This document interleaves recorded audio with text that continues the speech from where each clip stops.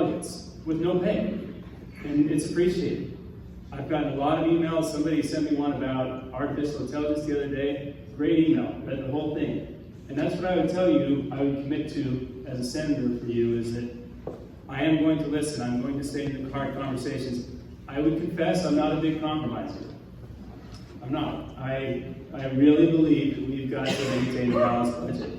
I really believe that a mother and father in the home with their children takes care of a lot of the problems of our society.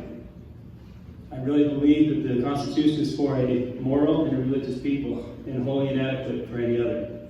I believe those things. I am going to stay true to those.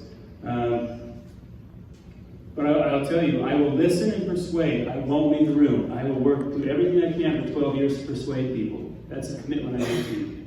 So thank you. Hope you get your vote on Saturday.